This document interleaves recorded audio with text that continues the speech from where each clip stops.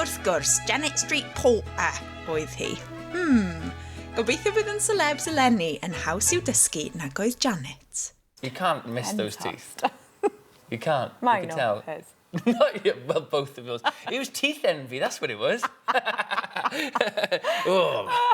She's got better teeth than me. Reit te, Right. ti'n meddwl bod hi'n amser i ni gyfarfod ein gwestai I'm so nesaf? excited about our next person. Mae'n gret. Reit Yes. te, da chi isio cliwiau? Isio cliw? Eisiau cliw bach. Mae hi'n actores. And mae hi'n actores. What's acting? Yn actio. Yn actio yn Twin Town, mewn Twin Town a Belonging. Ac yn y West End. Ac yn y West End. Mae hi'n dod o Bort Talbot ac mae hi'n fwdist. Pwy ydy hi? Pwy ydy hi? Dyma, Dai Botcher! Dai! Gofalus! Haia! Helo! Croeso! Shemai! Shemai! Neis i'ch gweld chi. And thank you for inviting me into your beautiful home. To our lovely lounge. Nice, isn't it? Lovely. Lovely, yeah. Dai, Cariad iaith 2012. Yes. Are you excited about it? I'm sort of excited about it in a sort of dreading it sort of way. Don't worry about it. I did it last year. Right. Were you excited in a dreading it kind of way too? I didn't know what to expect, so therefore I was a little bit anxious about it. But you will have so much fun. It's amazing. You've done some Welsh learning before, haven't you? I tried to learn Welsh for the Big Welsh Challenge a few years ago, about 4 or 5 years ago. I really enjoyed it.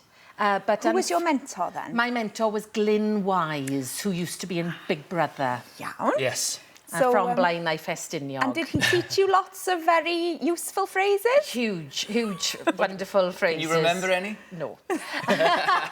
In Blaen Estiniog Welsh.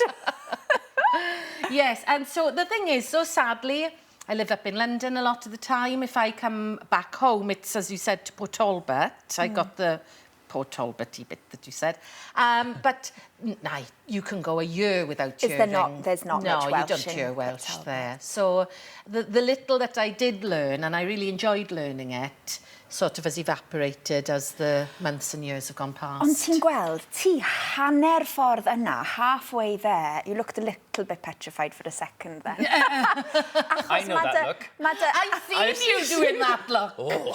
I watched. What's she doing? I know, I watched Hub and you're all happy and gorgeous and relaxed and then... And then I say something yes, to and him then and you he sort goes, of see the panic the bead of sweat. Yes, yeah. So that's me, yes. Ond ti hanner ffordd yna, achos mae dy acen di yn fendigedig. You've got this beautiful Welsh accent.